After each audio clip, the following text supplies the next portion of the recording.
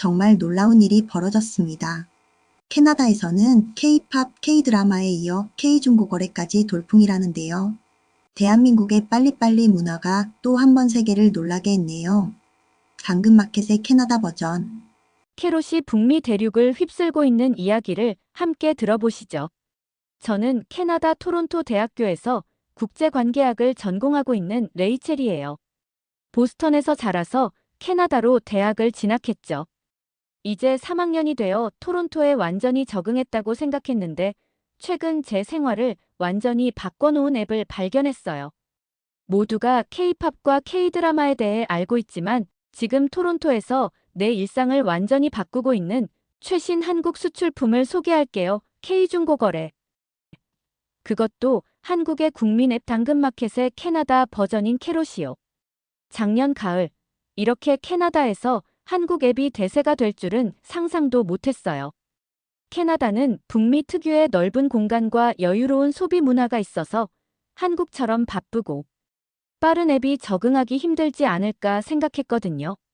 그런데 한국인 룸메이트 진아가 이 앱을 소개해줬고 저는 한번 써보는 걸로 시작해서 지금은 완전히 빠져들었죠. 한국인 룸메이트 진아와 함께 살게 된 건 정말 행운이었어요. 캐나다에 오자마자 웬만한 가구는 사야 했는데 아르바이트도 구하기 전이라 제 유학 예산은 이미 빠듯했죠. 그때 진아가 그녀의 휴대폰에서 이 앱을 보여줬어요. 캐롯이라고 해. 한국에서는 엄청 유명하고 이제 여기서도 인기가 폭발하고 있어. 우리 동네에서 중고 물건을 사고 팔 수 있는 앱인데 한국에선 당근마켓이라고 불러.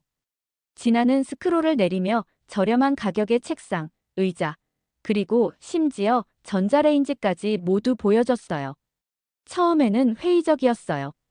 우리는 이미 키지지와 페이스북 마켓플레이스가 있었으니까요. 그냥 또 다른 중고거래 앱 아니야? 라고 물었더니 진아는 웃으며 한번 써보면 달라라고 했죠. 제 휴대폰에 앱을 다운로드하고 회원가입을 도와준 진아는 여기서 우리는 이웃이에요. 그냥 물건 사고 파는 거 이상이죠라고 말했어요. 반신반의하며 설치했지만 한번 시도해보기로 했죠. 그때만 해도 이 결정이 제 캐나다 생활을 완전히 바꿀 줄은 몰랐어요. 그게 6개월 전이었어요. 처음 일주일 동안 저는 침대 옆 탁자 달러 15, 책상 램프 달러 8, 심지어 거의 새 것 같은 전기 주전자 달러 20까지 구했어요. 가장 놀라웠던 건 물건을 픽업하러 가면 판매자들이 정말 친절했다는 거예요. 캐나다인이든 유학생이든 어쩐지 이 앱을 통해 만난 사람들은 다른 플랫폼보다 더 따뜻하고 이웃 같은 느낌이었어요. 2달쯤 지나자 저는 스스로를 캐롯 중독자라고 부르기 시작했어요. 매일 아침 눈을 뜨자마자 앱을 열어 새로운 매물을 확인하는 것이 일상이 됐죠. 처음엔 필요한 물건들만 찾다가 점점 내가 팔 수 있는 물건들을 집안에서 찾아내기 시작했어요. 토론토에 와서 처음으로 산 겨울 부츠는 너무 두꺼워서 실내에서 신기 불편했어요. 한 달만 신었는데 그냥 버리기는 아까워서 캐롯에 올렸더니 놀랍게도 제가 산 가격에 거의 근접하게 팔렸어요. 이거 뭔가 될 것 같은데? 라는 생각이 들었죠. 이제 저는 더 이상 캐롯 중독자가 아니라 캐롯 얼리어답터로 불리고 있어요. 학과 친구들 사이에서는 제가 캐롯의 전도사로 통하는데 좋은 거래를 발견하면 단체 채팅방에 링크를 공유하고 친구들에게 캐롯 가입을 독려하고 있거든요. 지난주 저는 새 동네 너머에 사는 사람에게서 거의 새 것과 다름없는 코트를 소매가에 70% 할인된 가격에 구했어요. 캐나다 토박이 여대생들 사이에서 거의 신성시되는 브랜드인데 정가로는 학생 예산으로 구입하기 어려운 가격이에요. 알람 설정을 해둔 덕분에 코트가 올라온 지 1분 만에 발견했고 바로 메시지를 보냈어요. 아직 판매 중인가요? 오늘 가능하면 픽업하고 싶어요. 20분 후 답장이 왔어요. 네, 아직 있어요. 오후 6시 이후에 가능해요. 판매자인 민이라는 상냥한 한국계 캐나다인 여성의 집으로 향했어요. 지하철과 버스를 갈아타고 30분 정도 걸렸는데 이 코트를 위해서라면 충분히 가치 있는 여정이었죠. 민의 아파트에 도착했을 때 그녀는 따뜻한 차와 함께 코트를 보여줬어요. 놀랍게도 코트는 설명보다 훨씬 좋은 상태였고 심지어 택까지 달려 있었어요. 한번 입어보고 크기가 맞지 않아서 판매해요. 반품 기간이 지나버렸거든요. 민이 설명했어요. 저는 운이 좋았죠. 코트를 구매한 후 민은 제게 예쁜 스카프까지 선물로 줬어요. 이것도 같이 가져가요. 코트랑 잘 어울릴 것 같아요. 제가 거듭 감사를 표하자 그녀는 윙크하며 말했어요. 내 캐로 스코어가 올라갈 거야. 나도 좋은 평가 남길게. 그 순간 캐롯의 특별한 점을 더 깊이 느꼈어요. 이건 단순한 거래가 아니라 커뮤니티를 만들어가는 경험이었어요. 다음 날 학교에 코트를 입고 가자 친구들이 놀라며 물었어요. 새 코트? 장학금 받았어? 캐롯에서 구했다고 말하자 몇몇은 믿지 않았죠. 그날 저녁 3명의 친구가 캐롯 앱을 다운로드했다는 메시지를 보내왔어요. 내 친구 테일러는 처음에 내가 또 다른 한국 트렌드에 대해 계속 열광할 때 눈을 굴렸어요. 너 BTS에 빠졌을 때처럼 또 과장하는 거 아니야? 라고 놀렸죠. 테일러는 전형적인 캐나다 학생으로 새 물건을 사는 것을 선호했어요. 중고는 왠지 찝찝해라는 말을 자주 했죠. 그런데 운명은 아이러니했어요. 1월 초 테일러의 기숙사 방이 위층 파이프 파열로 침수되었어요. 보험 처리가 되긴 했지만 그 과정은 느렸고 테일러는 당장 책상, 책장, 램프 등 기본적인 가구가 필요했죠. 내일까지 에세이를 제출해야 하는데 책상도 없어. 라고 좌절한 테일러에게 캐롯을 다시 추천했어요. 처음엔 망설이던 그녀를 설득해서 함께 앱을 열고 검색했죠. 와우, 반경 30분 이내에 이렇게 많은 책상이 라고 놀라는 테일러를 보며 뿌듯했어요. 몇 시간 내에 테일러는 30분 거리 내에 있는 사람들로부터 책상 40달러, 책장 25달러, 그리고 디자이너 램프를 15달러에 구매하기로 약속했어요. 저는 그녀의 운전을 돕겠다고 제안했고 하루 만에 모든 물건을 픽업할 수 있었어요. 모두가 너무 빨리 응답했어. 테일러는 마지막 물건을 픽업한 후 놀라워했어요. 그리고 한 남자는 심지어 내 차에 무거운 책상을 싣는 것까지 도와줬어. 페이스북 마켓플레이스였으면 절대 이렇게 빠르게 해결 못했을 거야. 이런 신속한 응답과 거래 성사는 한국의 빨리빨리 문화가 앱에 완벽하게 반영된 결과예요. 한국에서는 효율성과 속도를 중시하는 문화가 있는데 캐롯은 이런 빠른 템포와 즉각적인 대응 시스템을 캐나다에 성공적으로 이식했어요. 처음에는 여유로운 북미 문화와 맞지 않을 거라 생각했지만 오히려 많은 캐나다인들이 이런 신속함과 효율성에 매료되었죠. 누구나 원하는 물건을 기다리지 않고 빨리 구하고 싶은 마음은 같으니까요. 가장 인상적인 것은 테일러가 일주일 후 자신의 침대 프레임도 캐롯으로 구매했다는 거예요. 이제 그녀는 종종 이거 캐롯에서 찾아볼까? 라는 말을 먼저 하고 있어요. 캐롯이 다른 점은 무엇일까요? 이 질문을 여러 친구들과 나눠보니 몇 가지 특별한 이유를 발견했어요. 우선, 인터페이스가 너무 직관적이에요. 다른 중고거래 앱들은 종종 복잡하거나 구식 디자인을 가졌지만 캐롯은 마치 잘 설계된 소셜미디어 앱처럼 느껴져요. 심지어 기술에 약한 우리 60대 영문학 교수님도 내 도움 없이 오래된 학술 서적을 캐롯에 올려 판매할 수 있었어요. 이렇게 쉬울 줄 몰랐어요. 벤필드 양 교수님은 첫 거래 후 이메일을 보내왔어요. 평생 쌓아온 책들을 정리할 수 있게 되어 기뻐요. 둘째, AI 포스팅 기능은 정말 천재적이에요. 사진 몇 장만 찍으면 앱이 자동으로 상세한 설명을 생성해줘요. 이전에는 어떻게 설명해야 하지? 라는 막막함 때문에 안 쓰는 물건들을 그냥 서랍에 방치했던 적이 많았는데 이제는 그런 걱정이 없어요. 한 번도 사용하지 않은 복잡한 주방 가젯을 설명하려고 할 때도 더 이상 글쓰기 막힘 현상이 없어요. 셋째, 한국과 달리 캐나다에서 캐롯은 거래 반경을 50km로 확장했다고 해요. 캐나다인들이 30분 운전 거리를 근처로 간주한다는 점을 반영해서 만든 결과 같아요. 밀집된 한국 도시에서는 10km가 충분할 수 있지만 넓은 캐나다 도시에서는 그 기준이 다르죠. 토론토에서 30분 운전은 꽤 일반적인 통근 시간이에요. 이런 사려 깊은 현지화가 그들이 정말로 우리 시장을 연구했고 사람들의 니즈와 딱 맞아떨어진 거죠. 넷째, 캐나다 친구들이 가장 인상 깊게 생각하는 부분은 앱이 한국의 커뮤니티 기반 거래를 북미 사용에 맞게 멋지게 적응시켰다는 점이에요. 한국에서 사용되는 매너 온도라는 개념에 익숙하지 않은 캐나다인들이 이해하기 쉽게 캐나다에서는 캐롯 스코어로 바꿨어요. 즉시 신뢰 평가 시스템으로 인식되는 이 시스템은 정말 효과적이에요. 마지막으로 결제 보호 시스템이 있어요. 페이스북이나 키지지에서는 주로 현금 거래만 가능한 반면 캐롯은 앱 내 결제 시스템을 제공해 구매자와 판매자 모두를 보호해요. 이건 특히 가치가 높은 물건을 거래할 때 안심이 되죠. 캐롯을 이용하면서 꽤 많은 좋은 거래를 했어요. 그런데 몇 달 전 큰일 날 뻔한 적이 있었어요. 거의 새 것 같은 애플워치를 반값에 판다는 매물을 발견했어요. 사진도 깨끗했고 판매자는 캐롯 스코어도 높은 편이었죠. 저는 얼른 메시지를 보냈고 그는 직접 보고 결정해도 된다며 약속 장소를 지정했어요. 그런데 막상 도착해보니 분위기가 좀 이상했어요.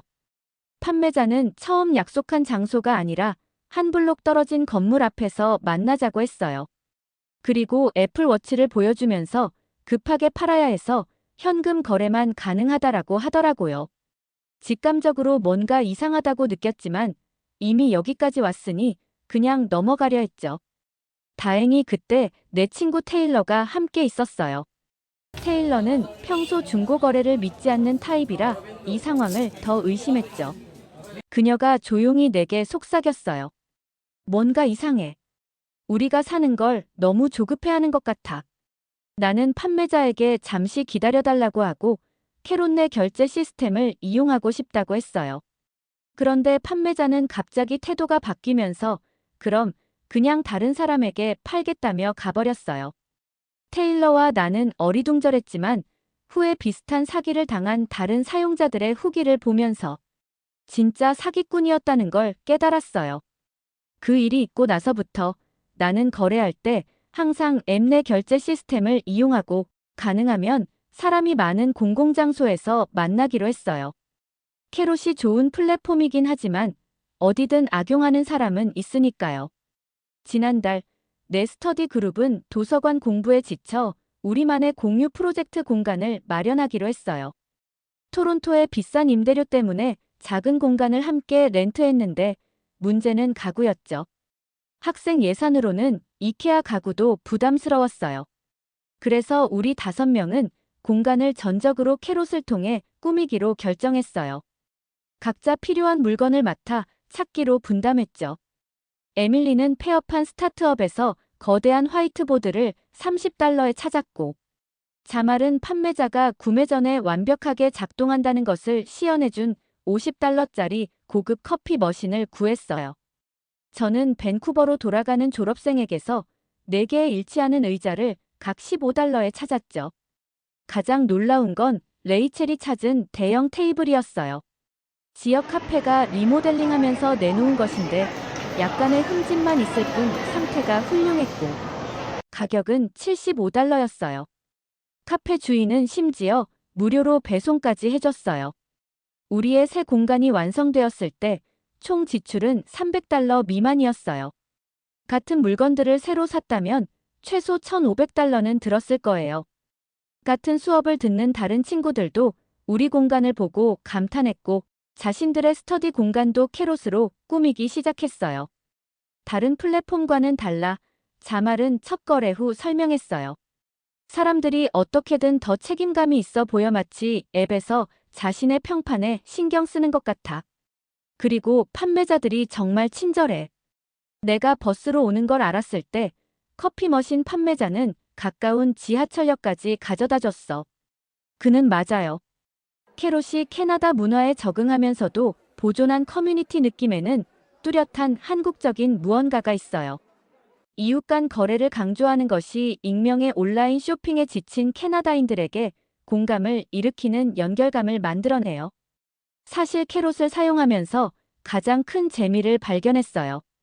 바로 제가 평소 사용하는 제품들이 때때로 정말 저렴한 가격에 올라온다는 거죠. 이건 마치 도시 전체를 대상으로 하는 보물찾기 게임 같아요. 지난달에는 제가 좋아하는 브랜드의 무선 이어폰이 정가의 40%도 안 되는 가격에 올라온 걸 발견했어요.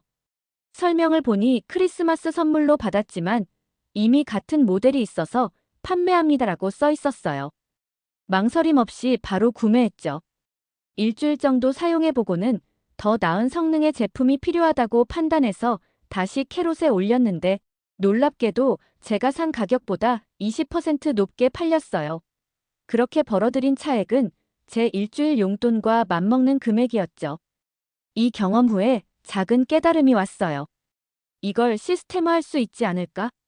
그래서 저는 이른 아침에 새로 올라오는 인기 브랜드 전자제품, 한정판 아이템, 스니커즈 등을 찾기 위해 알람까지 맞춰놓고 캐롯을 모니터링하기 시작했어요. 처음엔 그냥 취미로 시작했지만 몇 가지 규칙을 정했어요. 절대 모르는 제품은 구매하지 않기. 사용 흔적이 많거나 수리가 필요한 제품은 피하기. 항상 테스트하고 확인한 후에 구매하기. 한 번에 너무 많은 제품에 투자하지 않기. 이 전략으로 지금까지 애플 에어팟, 닌텐도 스위치 게임, 한정판, 아디다스 스니커즈 등을 구매하고 다시 팔아 꾸준한 수익을 올리고 있어요. 물건 상태를 꼼꼼히 확인하고 적절한 시점에 되팔기만 해도 쏠쏠한 수입이 생기더라고요. 지금은 한 달 용돈을 전부 캐롯으로 벌고 있어요. 부모님도 처음엔 의아해하셨지만 지금은 제 비즈니스 수완을 칭찬하세요. 내가 경영학을 전공해야 했나? 라며 농담하시곤 해요. 사실 이건 단순한 돈벌이 이상의 의미가 있어요. 물건의 가치를 제대로 평가하는 법, 협상하는 기술, 시장 트렌드를 읽는 능력까지 배우고 있으니까요. 어떤 면에서는 제 경제학 수업보다 더 실용적인 교육을 받고 있다고 느껴요. 지난 주말에 오타와에서 부모님이 방문하셨어요. 제가 독립해서 생활하는 모습을 처음 보시는 거라 많이 걱정하셨죠. 특히 아버지는 중고품에 대한 약간의 편견이 있으셔서 제가 어떻게 살고 있는지 궁금해하셨어요. 아파트에 들어서자마자 어머니는 먼저 알아보셨어요. 이 소파. 정말 좋은 브랜드네. 어떻게 학생이 이런 걸 살 수 있어? 저는 자랑스럽게 대답했죠. 캐롯에서 80% 할인된 가격에 구했어요. 판매자가 해외로 이사가면서 급매했거든요. 하나씩 설명할 때마다 부모님의 눈이 커져갔어요.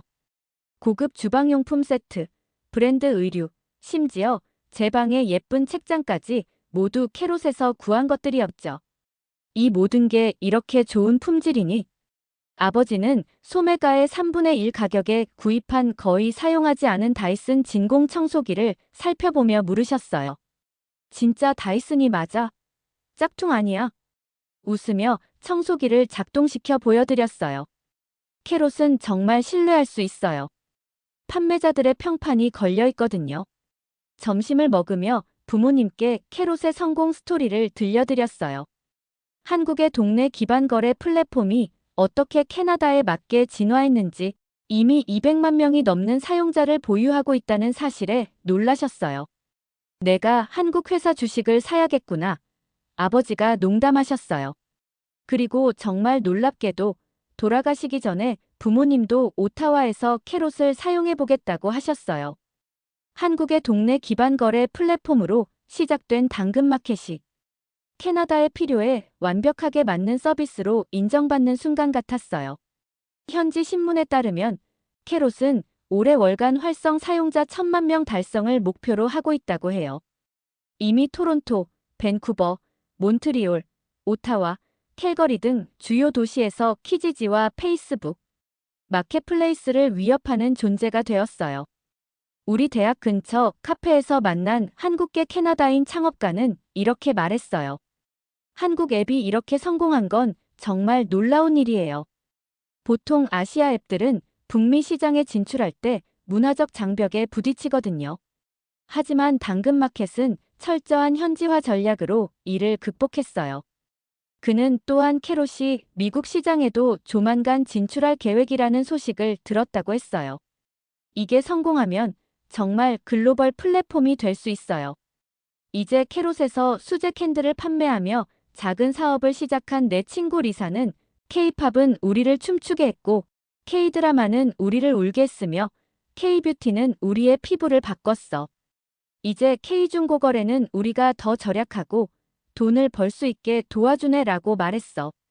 지난 학기 지속 가능 경영 수업에서 교수님은 진정한 지속 가능성은 새로운 소비 문화를 만드는 것이라고 강조하셨어요.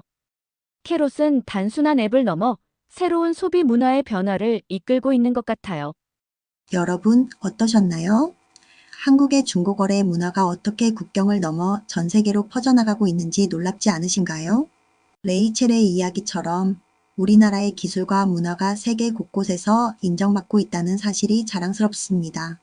댓글로 여러분이 알고 계신 해외에서 성공한 한국 앱이나 서비스가 있다면 알려주세요. 그리고 다음 영상에서 다루었으면 하는 K컬처 관련 주제도 댓글로 남겨주시면 감사하겠습니다. 구독과 좋아요 잊지 마시고 알림 설정까지 해두시면 새 영상이 업로드될 때 가장 먼저 시청하실 수 있습니다. 오늘도 시청해주셔서 감사합니다.